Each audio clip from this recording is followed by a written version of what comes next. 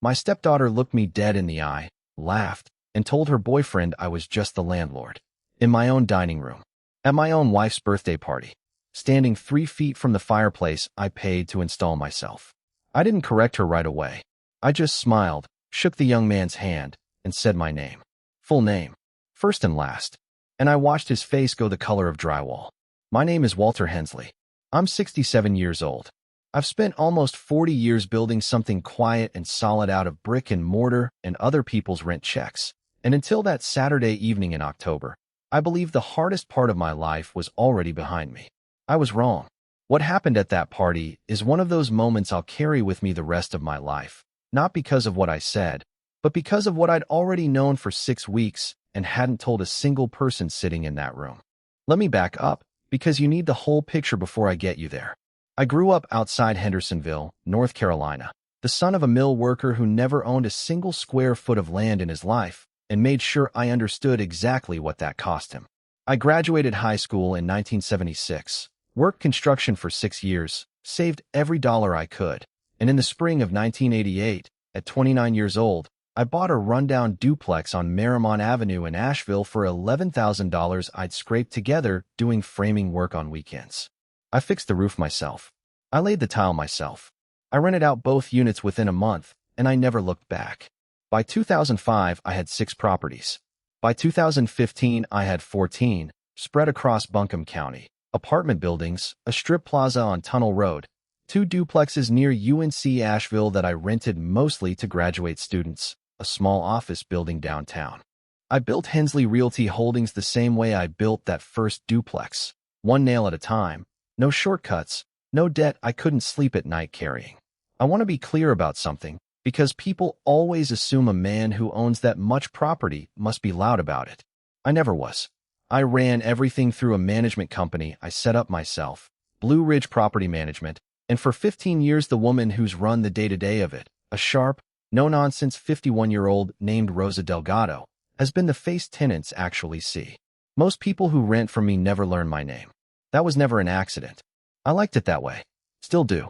My first wife, Carol, died of ovarian cancer in March of 2013, 11 months after her diagnosis. We were married 26 years. I'm not going to spend a long time on that, because that isn't what this story is about, but you should know it happened, because it's the reason I understood something about loss that most people don't figure out until much later in life, if ever.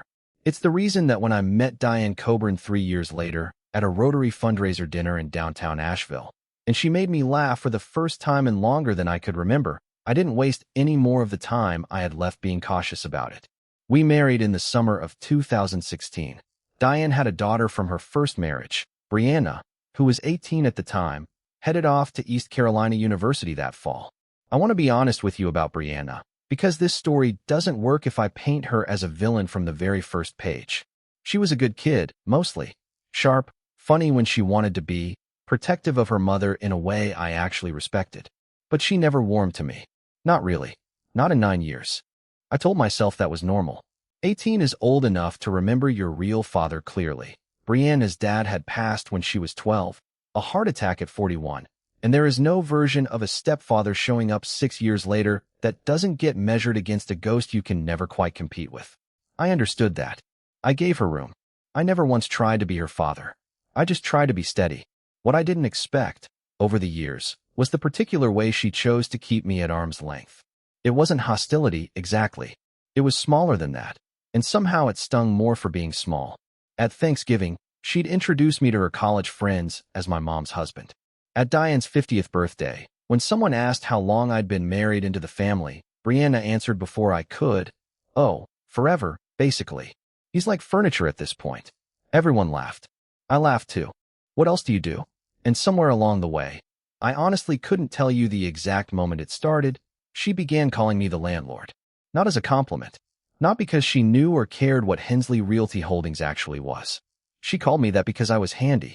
Because I fixed the garbage disposal and recaulked the upstairs bathroom and replaced the gutters myself instead of hiring someone.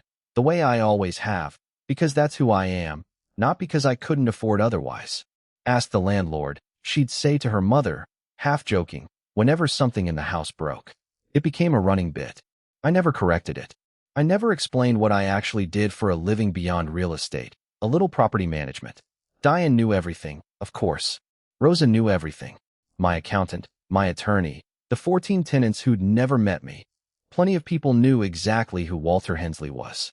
Brianna simply never asked, and I never volunteered it, because some quiet, stubborn part of me had decided a long time ago that if she was ever going to respect me, I wanted it to be for who I was to her mother, not for what was in my bank accounts. That decision is the reason everything that happened this fall hit as hard as it did. It started, as these things usually do, with something small and easy to miss. Rosa called me on a Tuesday morning in late August, and I remember exactly where I was standing, in my garage on Sunset Mountain Road, replacing a fan belt on the mower, because I still do my own small repairs even at 67, much to Diane's constant, affectionate frustration. "Walt," Rosa said, "I've got a lease application on the Tunnel Road Plaza that's bothering me." I asked her what unit. "Suite C, the old dry cleaner's spot." Company's called Ridgeline Commercial Partners, applying on behalf of a client who wants to open a boutique fitness studio. Financials look clean on the surface, but something's off with the bank statements. The formatting's inconsistent between months, and the tax ID on the LLC doesn't match anything I can find registered with the Secretary of State. I told her to keep digging and let me know. That's how it always worked between us. Rosa flagged things. I made the calls that mattered. I didn't think much more about it that day. I had no reason to. I had no idea, standing in that garage with grease on my hands, that the name Ridgeline Commercial Partners was about to walk into my house on my wife's birthday and sit down at my dinner table. 3 weeks later, Diane mentioned over breakfast that Brianna had a new boyfriend she was excited about. Colt Bradshaw, 29, worked in commercial real estate leasing, doing really well for himself, Diane said. The way mothers say things they're hoping are true. I nodded along the way you do. I had no reason on God's green earth to connect that name to a shaky lease application in Suite C of my own strip plaza. Real estate leasing is a big field. Asheville's a growing city. There are a lot of Colts and Coles and Colemans running around this town with business cards and confidence. I found out I was wrong about that on a Sunday evening in mid-September at a family dinner at our house, the first time Brianna brought him around. And I want you to sit with this next part, because it's the moment everything started tightening into focus, even though I didn't fully understand it yet. We were at the table, Diane, Brianna, Colt, myself. Roast chicken, the good china Diane only brings out for company. Colt was polished. Good haircut, good handshake, talked easily, the kind of young man who's clearly practiced being charming in rooms with people twice his age. Somewhere between the salad and the main course, Diane asked him what he did. "Commercial leasing," he said. "I work for Ridgeline. We're actually about to close a really exciting deal, boutique fitness concept, prime location on Tunnel Road. Would have been done already, honestly, if the landlord wasn't being such a pain about it." Something small and cold moved through my chest, but I kept my face still. I've built a career on keeping my face still. "Difficult how?" I asked, just to be polite, just making conversation the way you do at your own dinner table. Colt waved a hand like he was swatting a fly. "Just old school. Wants every piece of paper triple checked. Guy's apparently some retired property guy, real particular, real slow to move. My manager keeps saying, just be patient. The Hensley account's worth the headache once we're through underwriting." I did not react. I want you to understand that. I have negotiated contracts worth more money than that young man will see in a decade, and I did not so much as set my fork down wrong. I simply said, "Sounds frustrating," and passed the green beans, and let the conversation move on to something else entirely, while inside my head every piece of what Rosa had told me 3 weeks earlier rearranged itself into a picture I didn't like one bit. I didn't say anything to Diane that night. I didn't say anything to Brianna. I want to be honest with you about why. Part of it was caution. I've learned in almost 40 years of business that you never move on a hunch, you move on facts, and I didn't have facts yet, only a name and a bad feeling. But part of it, if I'm being fully truthful with you the way I've promised to be, was something smaller and more personal. I wanted to see what would happen if I simply stayed quiet and let things unfold the way they were already unfolding. I wanted to know exactly who Colt Bradshaw was before anyone in my family had to find out the hard way. I called Rosa first thing Monday morning. "I need everything you've got on that Ridgeline application," I said. "Every document, every name attached to it. And I need to know who signed off on the client's fitness studio LLC. It took her 4 days.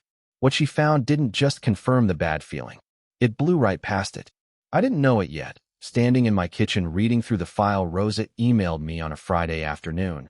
But I was looking at the first thread of something that was going to unravel in front of 30 of our closest friends and family, in my own backyard, 6 weeks later.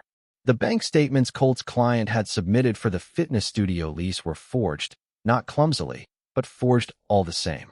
Rosa had run them past a document examiner she'd used before for a fraud case on one of our downtown units, and the font kerning was inconsistent month to month in a way that real bank statements simply never are.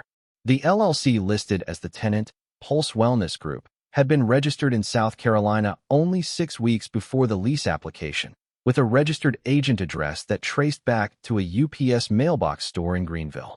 And the client listed as principal, a man named Derek Ashby, had, under a slightly different spelling of his own name, been party to 2 prior eviction filings in Charleston County within the last 4 years, both for non-payment. Both settled quietly before they ever reached a courtroom. Colt Bradshaw's name wasn't on the lease itself. He was the leasing agent, not the tenant.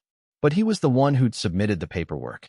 He was the one, Rosa found out through a call to Ridgeline's front office, who had personally vouched for Derek Ashby's financials to his own manager, calling him a solid guy, family friend of a family friend, to get the deal fast-tracked past the usual scrutiny. I sat with that file for 2 full days before I did anything at all.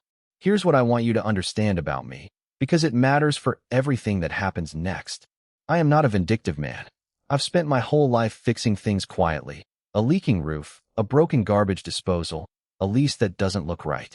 I don't believe in blowing a hole in something you can repair with patience and the right tools. So my first instinct wasn't to march into that dinner table and expose a 29-year-old kid in front of my wife's family.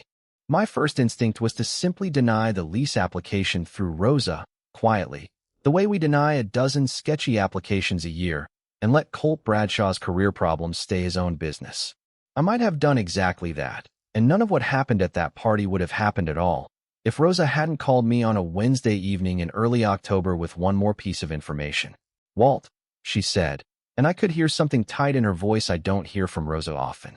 I pulled Ridgeline's internal commission structure through a contact I have over there. Bradshaw isn't just the leasing agent on this deal.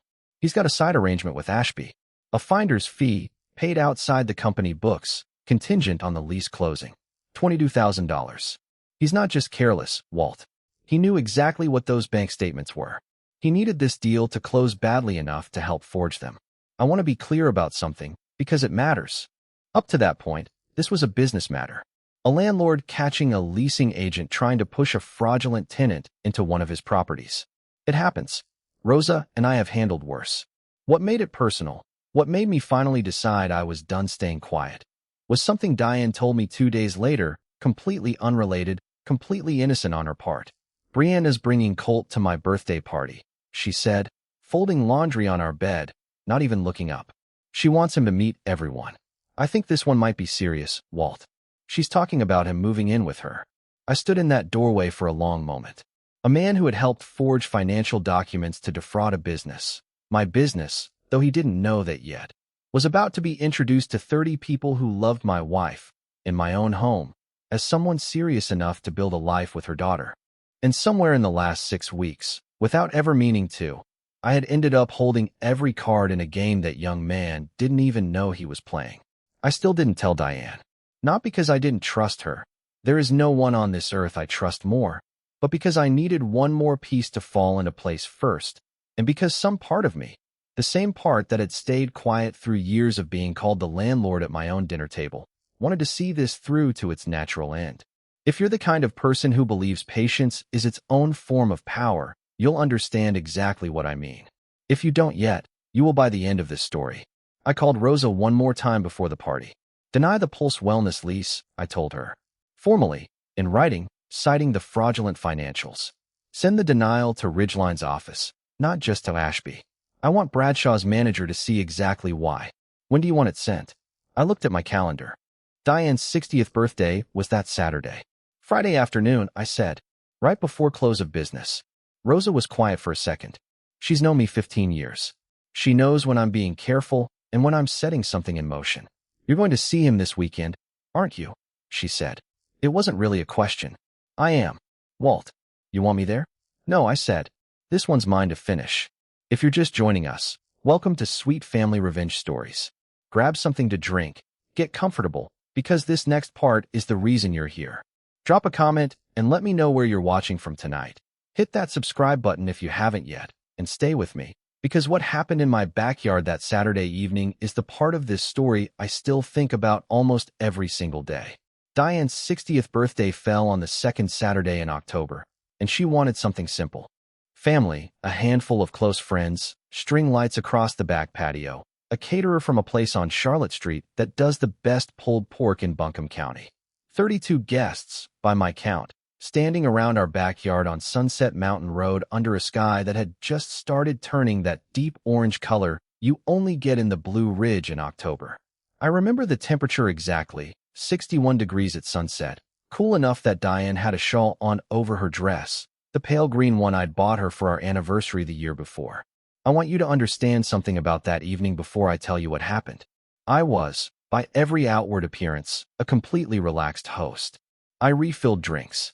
I made small talk with our neighbors, the Whitfields, about their daughter's wedding. I laughed at a joke my brother-in-law told about his knees.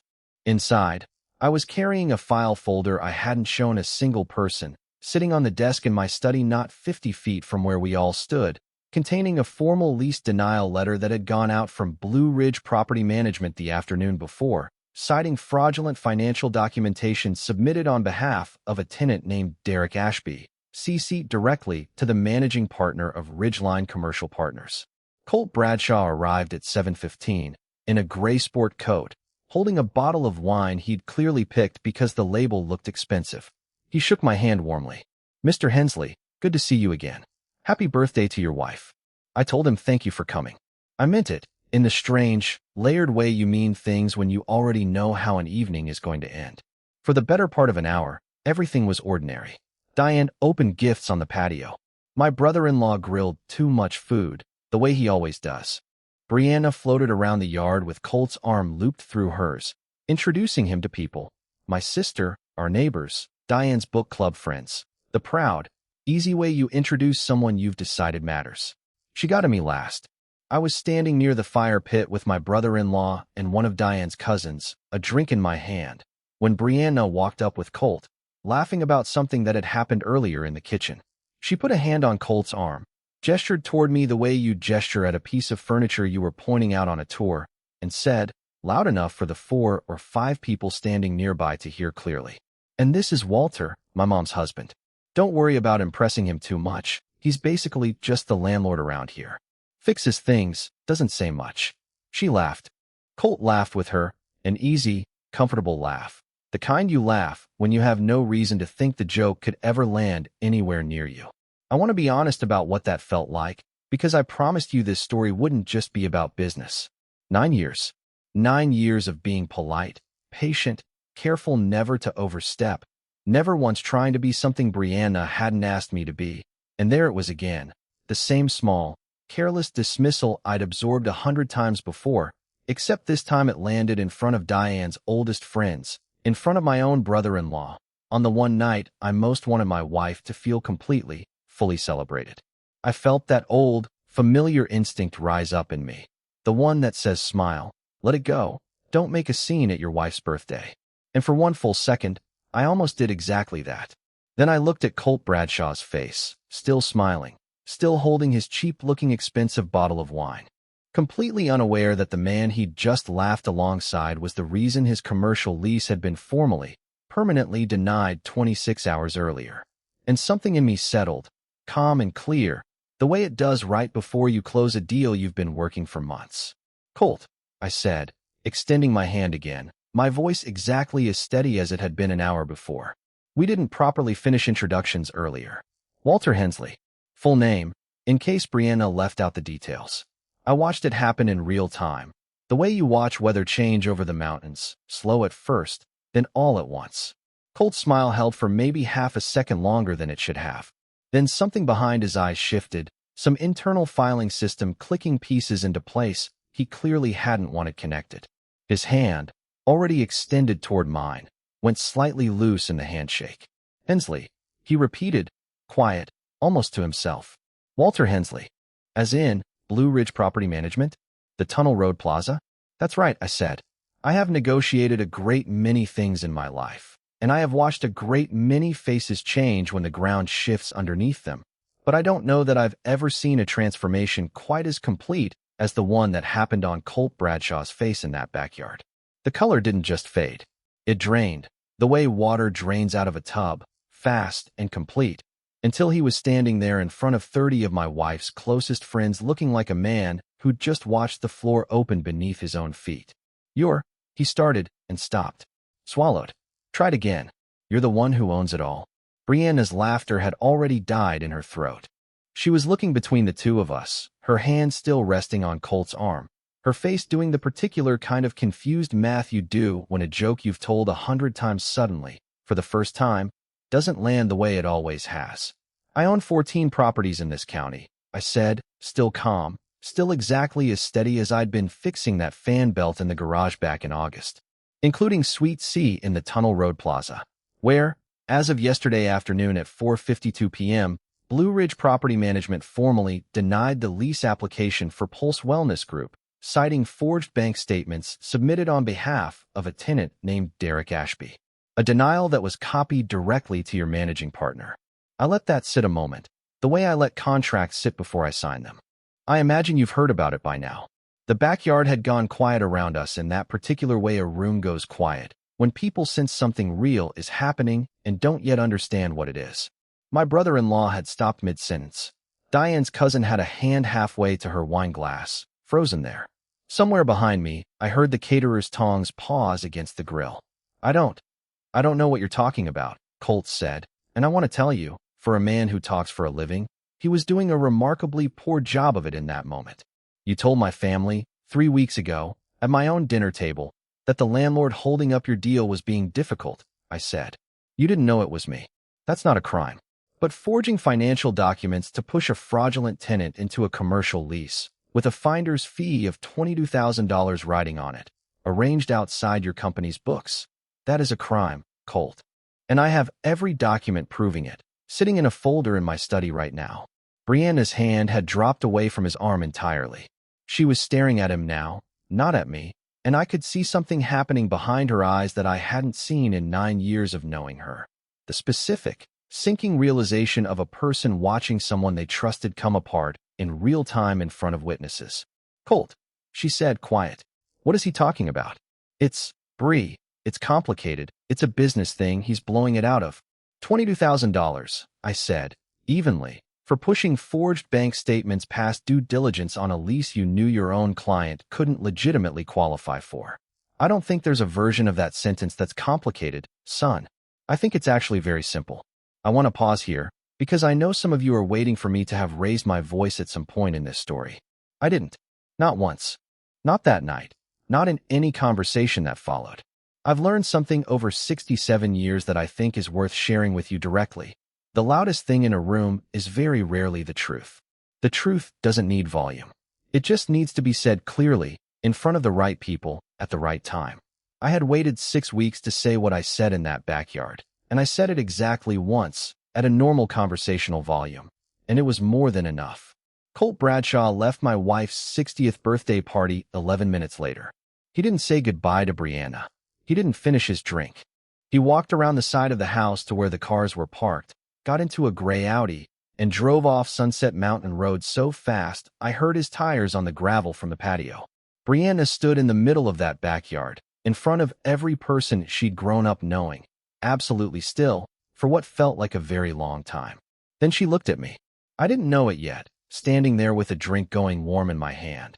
But the next conversation I had with my stepdaughter was going to be the first honest one we'd ever had in 9 years of living under the same last name in the same family, and it was going to take both of us most of the rest of that night to get through it. Diane found me first, actually, before Brianna did. She came up beside me at the fire pit, slipped her hand into mine, and didn't say anything for a long moment. Just watched the last of the guests quietly find their coats and make their exits, the party effectively over an hour before it should have been. You knew, she said finally. Not angry, just certain. 6 weeks, I admitted. I didn't want to say anything until I was sure. She squeezed my hand. You could have told me. I know, I said. I should have. I'm sorry, Diane. I wasn't trying to keep it from you. I think I just wanted to protect you from it as long as I could. She was quiet another moment, watching the string lights sway gently over the yard. 26 years married to your first wife, 9 years married to me. She said finally, and you still think protecting me means carrying things alone. It wasn't unkind, the way she said it. It was true, and she knew me well enough to say it plainly, and I stood there and let it land, because she was right, and I've never once been the kind of man who can't admit when his wife is right. I love you, I said, which is not an answer, but it's the truest thing I had. I know, she said. Go find her, Walt. She's on the front porch. She's been sitting out there alone for 20 minutes. Brianna was sitting on the top porch step when I came around front, her birthday party dress traded for the oversized cardigan she'd left in her car, arms wrapped around her knees, looking exactly the way she'd looked at 14 years old. The one time I'd seen a photograph of her from before I ever knew the family. A girl trying very hard to look like she wasn't upset. I sat down on the step below her, not too close, the way I've learned to sit with her over 9 years of never quite closing that distance. You could have told me who you were, she said, not looking at me. This whole time. I could have, I said. I chose not to. That's on me, not you. Why? I thought about that question for longer than she probably expected me to. Because I wanted you to see me as your mother's husband, I said finally. Not as a bank account. I watched what money did to people my whole career, Brianna. I've evicted men who lied to their own families about what they had and what they didn't. I've watched inheritance tear siblings apart who used to be close as anything. I didn't want that anywhere near this family. I stopped, tried again. I wanted you to like me, eventually, if you ever did, for reasons that had nothing to do with any of that. She was quiet for a long time. When she finally spoke, her voice had gone thin. I've called you the landlord for years. As a joke. I didn't know I was actually being cruel about it. I thought it was just a thing we did. I know, I said. I let you. That's on me too. He knew, she said, and I understood she'd moved on to Colt now, the words coming faster. He knew this whole time it was your building. He never told me. He let me bring him to my mom's birthday party knowing he'd been lying about. God, Walt, $22,000. Forged documents. What kind of person does that? The kind of person, I said carefully, who's very good at being charming in a room and not nearly as good underneath it. It happens to be a very specific skill set, and it fools a lot of smart, kind people. It's not a reflection on you. She wiped her face with the sleeve of the cardigan, the way she probably did when she was 8 years old and didn't want anyone to see her cry. I've spent 9 years thinking you didn't matter that much, she said quietly. Like you were just background. Somebody Mom married who was fine, but not really family. And the whole time you were the one holding half of what makes this whole life possible together, and you never once said a word about it. Why would you stay that patient with me? I thought about Carol for a moment, about the 26 years I'd had and the way I'd learned, the hard way, exactly how little time any of us are actually promised. I thought about the duplex on Marymount Avenue, the roof I'd fixed with my own hands at 29 years old, because nobody was ever going to hand me anything I hadn't built myself. Because I know what it costs to lose people before you've said the things that mattered, I told her. I wasn't going to force you to see me a certain way. I was just going to wait, as long as it took, for you to see me on your own. She didn't say anything else for a while. But she moved down one step, so she was sitting beside me instead of above me, and she leaned her head against my shoulder the way I don't think she ever had in 9 years, and we sat like that on the front porch of the house I'd built a life around, until Diane came out and quietly sat down on Brianna's other side, and the three of us stayed there together until the last of the party lights inside went dark. That could have been the end of the story right there, and honestly, some nights I think that porch step was the real ending, the one that mattered most. But I promised you I'd tell you what happened next, and I want to close this out properly, because there's a piece of it that matters just as much as anything I've told you so far. Colt Bradshaw lost his job at Ridgeline Commercial Partners 11 days after that party. His managing partner, once he saw the formal denial letter and the forged financials Rosa had already documented in detail, launched an internal review that turned up 2 other questionable applications Colt had fast-tracked over the previous year, both involving undisclosed side arrangements with prospective tenants. Ridgeline terminated him and referred the matter to the North Carolina Real Estate Commission. I heard, secondhand, through Brianna, that his broker's license is currently under formal review, and that Derek Ashby, the man behind the fraudulent Pulse Wellness LLC, is facing his own set of consequences in South Carolina that have nothing to do with me and everything to do with a history he apparently thought he'd left behind him. Brianna didn't speak to Colt again after that night in the backyard. She told her mother, a few weeks later, that the hardest part wasn't losing him. It was realizing how easily she'd have kept overlooking things about him if I hadn't happened to be standing in that yard with his least denial already sitting in my study. I want to tell you about Rosa now, because this part matters just as much to me as anything else in this story, and I don't want you to leave without hearing it. Rosa Delgado has run Blue Ridge Property Management for 15 years. She caught the first thread of Colt Bradshaw's fraud on an ordinary Tuesday in August, on a lease application that a less careful person would have waved through without a second look, because the surface of it looked clean enough.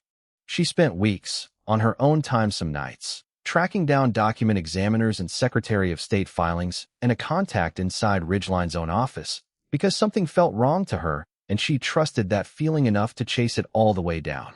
3 weeks after Diane's birthday party, I sat Rosa down in my study, the same room where that denial letter had been sitting the night everything came apart, and I told her I was making her a full partner in Blue Ridge Property Management, effective immediately, with a 20% equity stake in the company and a role in every major decision going forward, not just the day-to-day.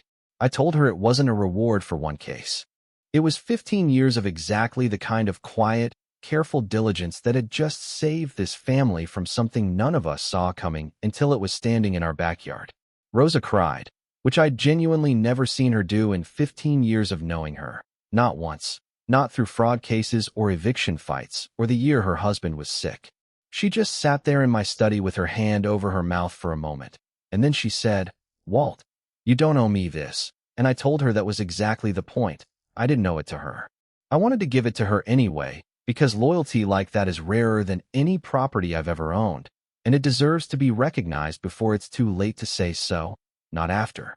Brianna came to me again about a month later, on a Sunday afternoon, while I was out in the garage, where else, replacing a belt on the leaf blower this time instead of the mower. She stood in the doorway for a minute before she said anything. I looked up Hensley Realty Holdings, she said finally. All of it. 14 properties. I had no idea, Walt. I feel like an idiot. You're not an idiot, I said, not looking up from the belt. You just never had a reason to ask. That's on me as much as you. I want to ask now, she said. About all of it. If you'd want that. I set the wrench down and looked at her properly for the first time in that conversation. 9 years, and this was the first time my stepdaughter had ever asked me a single question about the life I'd spent building. It wasn't a grand moment. There was no music, no dramatic turn of the light. Just a woman in her late 20s standing in a garage doorway in Asheville, North Carolina, finally curious about a man she'd shared a roof with for nearly a decade. I'd like that, I told her. Very much. We talk more now, Brianna and I. Not constantly. Not like we're making up for lost time in some rushed, dramatic way. That's not how real repair works, in my experience, and I'd rather it be slow and honest than fast and false. But she calls sometimes now, just to ask how a property's doing, or what it was like starting out with nothing but a duplex and a roof that needed fixing. Last month she asked if she could come with me to walk one of the buildings, and we spent an hour together on a Tuesday afternoon, me pointing out the things I'm still proud of 30-some years later, her actually listening. I think about that backyard often, the string lights and the cool October air and the sound of Colt Bradshaw's tires on the gravel driveway. I think about how close I came to simply letting the whole thing go, to smiling through one more joke about being just the landlord, the way I'd smiled through 100 smaller versions of it for 9 quiet years. I'm glad I didn't. Not because I needed anyone in that yard to know what I owned. I've never needed that, and I still don't. I'm glad because it turned out the truth wasn't just going to protect my business. It was going to give my family a version of honesty we'd been circling around for almost a decade without ever quite landing on it. Diane still teases me about it sometimes. Late at night on the back porch, coffee in hand, the same porch where Brianna and I sat that first honest night. You really just said your full name and let the silence do all the work, she says, shaking her head. That's the most Walter Hensley thing you've ever done. Maybe it is. I've never been a man who needed to raise his voice to be heard. I built 40 years of a life on believing that patience and evidence will outlast noise every single time, and I still believe that, more now than ever. Some men close deals for profit. I've closed a few of those myself over the years. But the one I think about most, the one that actually mattered, didn't put a single extra dollar in my pocket. It just finally let the people I love see me clearly, after 9 years of standing quietly in a room they never quite realized I owned. If you enjoyed this story, hit that like button, subscribe for more, and drop a comment below letting me know where you're watching from tonight. I'll see you on the next one.